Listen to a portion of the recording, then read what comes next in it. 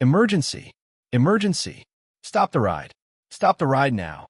The operator's desperate voice cracked through the radio as metal screamed against metal, a sound that would haunt everyone who heard it for the rest of their lives. In car number 3, a young father's laughter turned to terror in an instant. The safety harness that should have protected him had become a death trap. For a moment, time seemed to stop. Children's delighted screams morphed into cries of horror. Parents rushed to cover their kids' eyes. Cast members frantically hit emergency buttons that should have worked, that had always worked before. But on this sunny Thursday afternoon, nothing worked the way it was supposed to. The man in car 3, let's call him Luke Carlson, had waited 45 minutes in line for this moment. He'd promised his daughter this trip for her 8th birthday. She was watching from the exit platform, waiting to see her daddy's face as he conquered the mountain. Instead, she would witness something no child should ever see. June 15th, 2:47 p.m. Temperature, 92 degrees. The park was packed with summer vacation crowds, over 65,000 guests seeking magic and memories. But in the next 4 minutes, one family's dream vacation would become an unthinkable nightmare that would shake the entire theme park industry to its core. Luke Carlson was 34 years old, a software engineer, a devoted father, a man who meticulously researched everything before making decisions. He'd check the ride's safety record. He'd read the reviews. He'd done everything right. But Luke didn't know about the deferred maintenance. He didn't know about the ignored warning signs. He didn't know that 17 employees had filed safety concerns about this exact ride in the past 6 months, and every single report had been buried. This isn't just the story of a tragic accident. This is the story of how the happiest place on earth became one family's worst nightmare. It's about what happens when profit margins matter more than people, when efficiency trumps safety, when a magic becomes deadly. Over the next hour, we'll take you inside the corporate decisions that set this tragedy in motion. You'll hear from the maintenance workers who try to sound the alarm, the executives who silenced them, the inspectors who were pressured to look the other way, and the survivors who are still fighting for justice. We'll show you confidential documents the park never wanted released, share testimony from employees who've never spoken publicly before, and reveal how a series of small compromises led to one catastrophic failure. If stories like this matter to you, if you believe the truth needs to be told, please subscribe, like, and share. Because what you're about to witness isn't just one family's tragedy. It's a warning about what can happen when we trust too much and question too little. The ride that killed Luke Carlson is still operating today. The company that covered up the safety violations is still profiting. And somewhere, another family is standing in line, completely unaware of the danger lurking beneath the magic. This is their story. This is our warning. This is the last ride. Luke Carlson wasn't supposed to be at the theme park that day. He'd originally planned the trip for July, but his daughter Emma had been counting down the days with such enthusiasm that he surprised her by moving it up 3 weeks. "Daddy, is it time yet?" she'd ask every morning, her eyes bright with anticipation. On June 14th, he finally said yes. Friends described Luke as the kind of father who went all out for his kids. He'd spent hours researching the perfect hotel, downloading apps to minimize wait times, and creating a detailed itinerary that balanced thrill rides with character meet and greets. His wife Sarah later said he'd approached the vacation like one of his software development projects, methodical, thorough, obsessed with creating the perfect experience. Luke had grown up in a small town in Ohio, the youngest of 3 children. His own family never had money for theme park vacations. He'd promised himself that when he had kids, things would be different. After graduating from Ohio State with a computer science degree, he'd worked his way up through several tech companies before landing a senior developer position that finally gave him the financial stability he'd always craved. The Carlsons lived in a modest suburban home 40 minutes from a city. Luke coached Emma's soccer team on weekends and never missed a school play. Neighbors remembered him as the dad who'd set up elaborate Halloween displays and organized neighborhood barbecues. He had a gift for making ordinary moments feel special. But Luke also had a side his family rarely discussed, an anxiety about safety that bordered on obsession. He'd installed 3 different security systems in their home. He made Emma wear a GPS tracker at crowded events. Sarah sometimes joked that he'd bubble-wrap the kids if he could. This hypervigilance came from losing his older brother in a car accident when Luke was just 12. He learned young that terrible things could happen to careful people. That's what made his death so cruelly ironic. Luke had researched every ride at the park. He'd read safety statistics showing that theme park attractions were statistically safer than driving to the grocery store. He'd checked height requirements, G-force ratings, and recent inspection records. He'd even watched YouTube videos of the ride to make sure it wouldn't be too intense. The morning of June 15th started perfectly. The Carlsons arrived at the park gates 30 minutes before opening, Emma bouncing with excitement in her special birthday shirt. Luke had splurged on skip-the-line passes, determined to make every moment count. They hit 5 attractions before 10 a.m., taking selfies at each one. In the last photo on his phone, taken at 2:31 p.m., Luke is grinning widely, Emma on his shoulders, Sarah laughing at something off camera. At lunch, they'd eaten at Emma's favorite character restaurant. Luke had arranged for a special birthday surprise. Her favorite princess would deliver a custom cake. Emma's squeal of delight when the princess appeared was so loud that other diners applauded. Luke caught it all on video, adding commentary about his beautiful birthday girl that would later reduce investigators to tears. The decision to ride happened spontaneously. They were walking past when Emma pointed excitedly. "Daddy, look, the line's so short." Luke checked his app. Only 20 minutes wait time, unusual for such a popular attraction. He'd originally planned to skip it, knowing it was one of the more intense rides. But Emma had just grown tall enough to qualify, and she'd been talking about it for months. "Please, Daddy, just this once. I'm brave enough, I promise." Sarah decided to sit out with their younger son, who was napping in his stroller. She'd take photos from the viewing area while Luke and Emma conquered the mountain together. Except park rules required adults and children to ride separately for weight distribution. Emma would ride first with another family, then Luke would follow in the next car. "I'll wave to you from the top," Emma promised, hugging him before boarding. Those were the last words they'd exchange.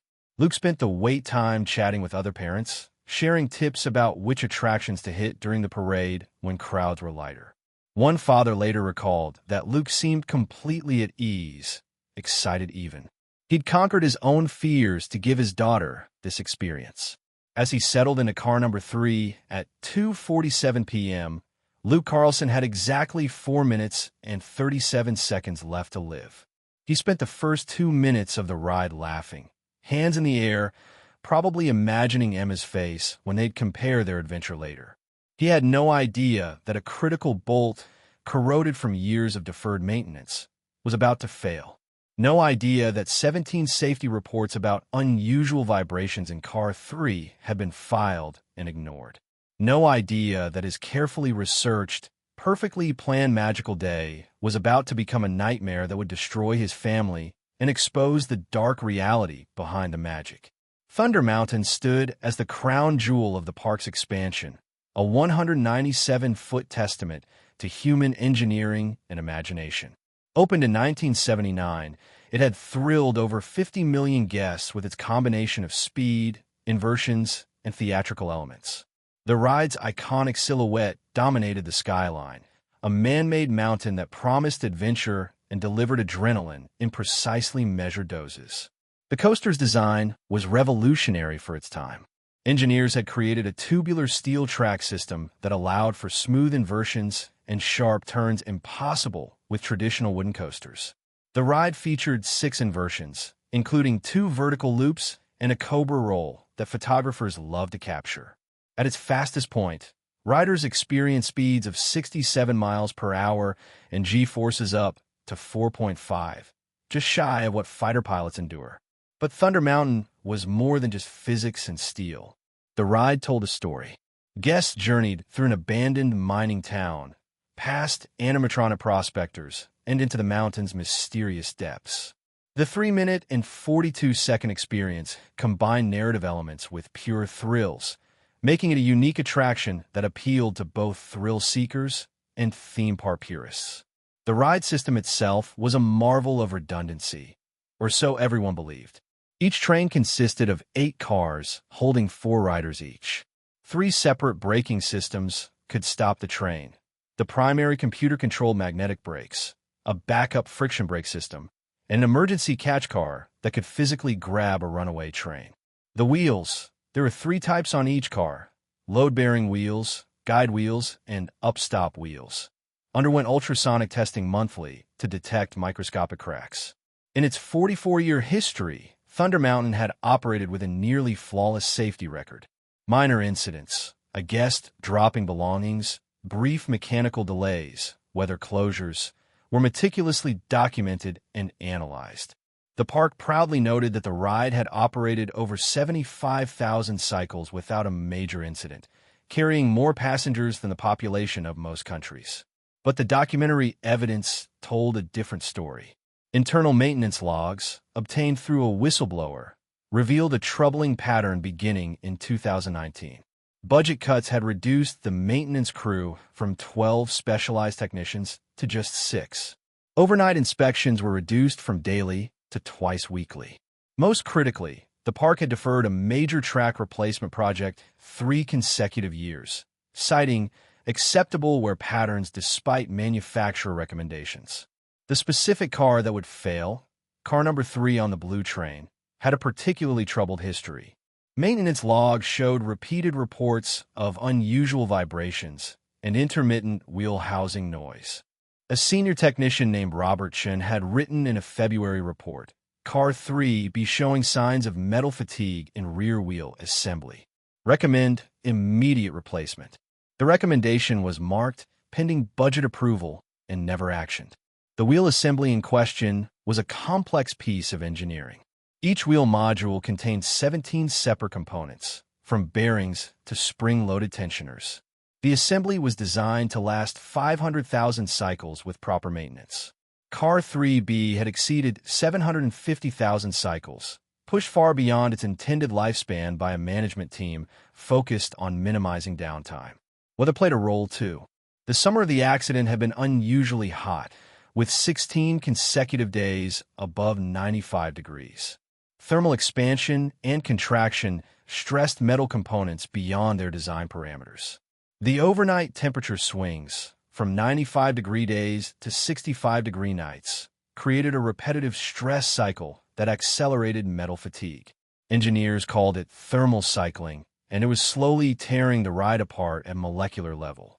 Just 1 week before the accident, a ride operator named Jennifer Martinez had filed an incident report. She'd noticed that Car 3 was making a grinding sound during the final brake run. The report was logged but classified as non-critical because the ride's computer systems showed all parameters within normal ranges. What the computers couldn't detect was that a critical bolt in the wheel assembly had developed a hairline fracture that grew slightly with each ride cycle. The morning of June 15th, Thunder Mountain had already completed 42 cycles. The grinding sound Martinez reported had gotten worse, noted by 3 different operators during shift change. But with wait times exceeding an hour at most attractions and the park at near capacity, the operations manager made the fateful decision to keep the ride running. Monitor and report any changes he'd written in the log. Schedule comprehensive inspection for tonight's maintenance window. Modern roller coasters are designed with multiple failure points in mind. If one system fails, others compensate. But Thunder Mountain safety systems all relied on one critical assumption: that the ride vehicle would remain attached to the track. Nobody had seriously considered what would happen if a wheel assembly catastrophically failed mid-ride, because in 44 years of operation, across thousands of similar installations worldwide, it had never happened. At 2:51 p.m., with Luke Carlson secured in car number 3, ascending the first major lift hill, the impossible was about to become reality. The fracture in the bolt had grown to 93% of the bolt's diameter. In approximately 60 seconds, metal that had endured 15 million stress cycles would finally surrender to physics. And when it did, all those redundant safety systems would prove utterly useless against a scenario nobody had imagined. The Disney Corporation had built its empire on a simple promise: happiness, safety, and unforgettable memories. But internal documents revealed a different reality behind the castle walls. Since 2015, the company had systematically prioritized profit margins over maintenance budgets, creating a ticking time bomb that employees desperately tried to defuse. The transformation began with the arrival of CEO Jonathan Hartley, a former hedge fund manager who promised shareholders he'd double profits within 5 years. His strategy was elegant in its simplicity: cut costs without cutting visible services. Maintenance was an easy target. Guests didn't see overnight repairs or know when inspections happened. They only saw the final product, a ride that either worked or didn't. Hartley restructured the maintenance department, introducing what he called predictive efficiency modeling. Instead of replacing parts based on manufacturer recommendations, the park would use algorithms to predict failure points and replace components just before they failed. In theory, it would save millions. In practice, it turned every ride into a high-stakes gamble. The maintenance budget was slashed by 35% between 2018 and 2023. Experienced technicians who'd spent decades learning each ride's quirks were offered early retirement packages or reassigned. Their replacements were younger, cheaper, and trained on simulators rather than actual machinery. The institutional knowledge that had kept guests safe for generations walked out the door with barely a whisper of protest from management. Robert Chun, the senior technician who'd flagged Car 3's problems, had worked at the park for 22 years. He'd started as a ride operator, studied mechanical engineering at night school, and worked his way up to lead technician. Chun knew Thunder Mountain's every bolt and weld. He could diagnose problems by sound alone, often catching issues before they appeared on any diagnostic system.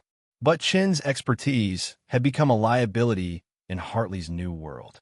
His meticulous reports were seen as overly cautious, his replacement recommendations viewed as wasteful. In one leaked email, a supervisor described Chun as stuck in old thinking and not aligned with our efficiency goals.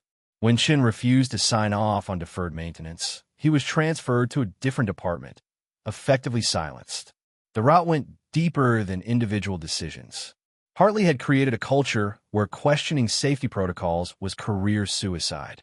Middle managers who pushed back found themselves reassigned or terminated. Those who met cost-cutting targets received bonuses that dwarfed their salaries. The message was clear: play ball or find another job.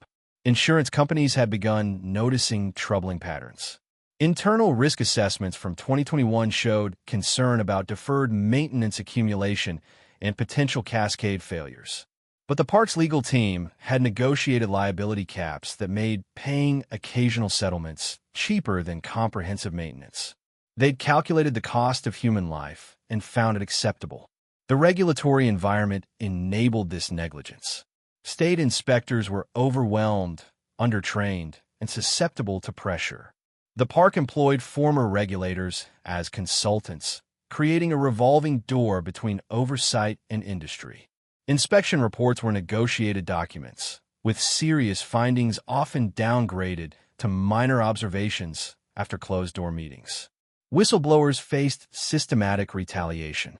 Maria Santos, a ride operator who'd reported safety concerns, found her shifts cut and her performance reviews suddenly negative.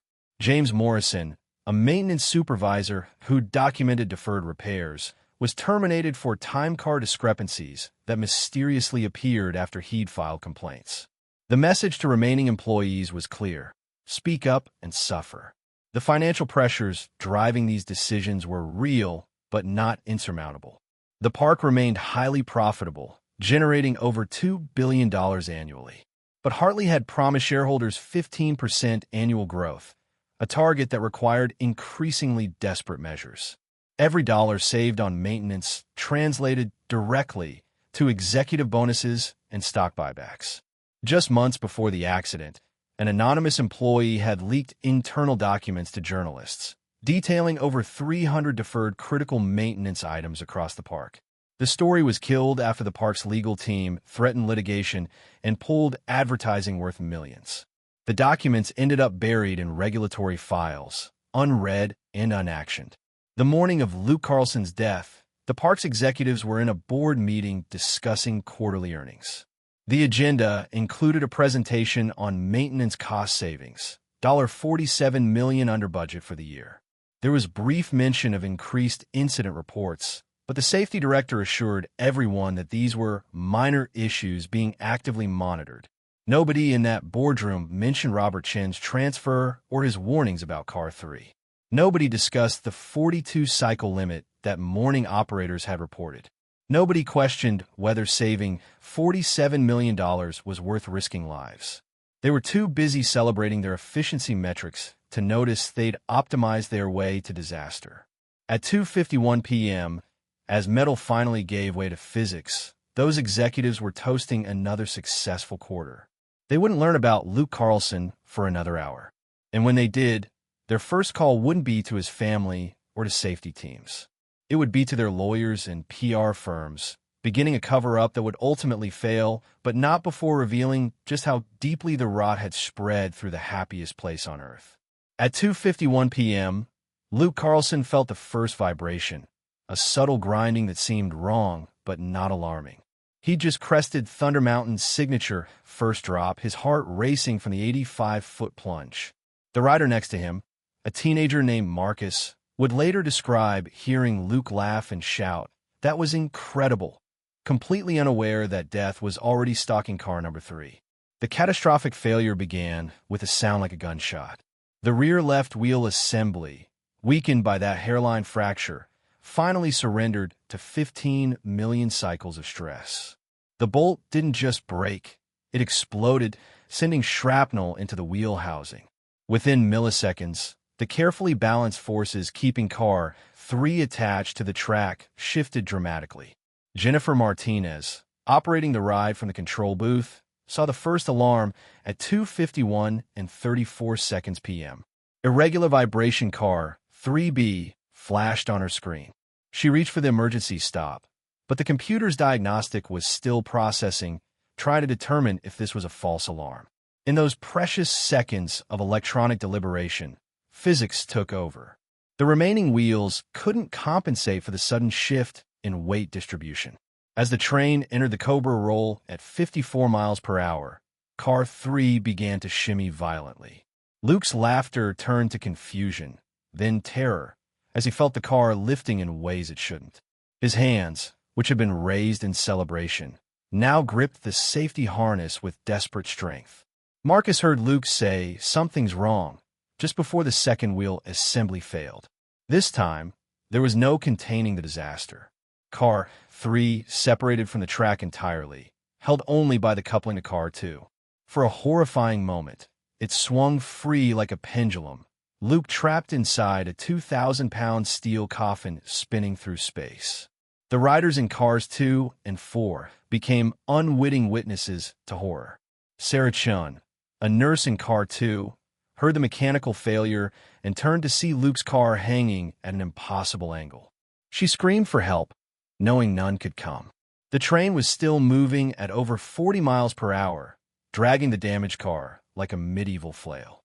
In the control booth, Martinez slammed the emergency stop override, bypassing the computer's diagnostics. But emergency brakes were designed to stop trains, not catch flying cars. The magnetic brakes engaged, slowing the intact portions of the train, but the deceleration only made car 3's wild swinging worse. At 2:52 and 17 seconds p.m., 43 seconds after the first failure, the coupling between cars 2 and 3 finally snapped. The crowd below watched in silent horror as car 3, with Luke Carlson still strapped inside, separated entirely from the ride. It tumbled through space for exactly 2.3 seconds before striking the support structure 67 feet below. The sound of impact, metal on metal, dreams on concrete, echoed across the park. Martinez would later testify that she knew instantly there were no survivors. The emergency response team, stationed just 200 yards away, reached the scene in under 2 minutes. They found Luke Carlson still strapped in his seat, the safety harness that should have protected him having instead ensured he couldn't escape. Emma Carlson was waiting at the ride exit with her mother. She just finished telling Sarah how amazing her ride was, how she couldn't wait to hear about Daddy's experience. The first screams from the crowd meant nothing to her. Screams were normal at theme parks. But then she saw her mother's face change, saw her grab the stroller and start running toward the commotion. Park security tried to establish a perimeter, but hundreds of guests had already witnessed the tragedy. Cell phone videos captured every angle of the disaster. Within minutes, social media exploded with footage that no PR team could contain. The park's careful image management crumbled against the raw reality of a broken ride and a broken body. The immediate aftermath was chaos.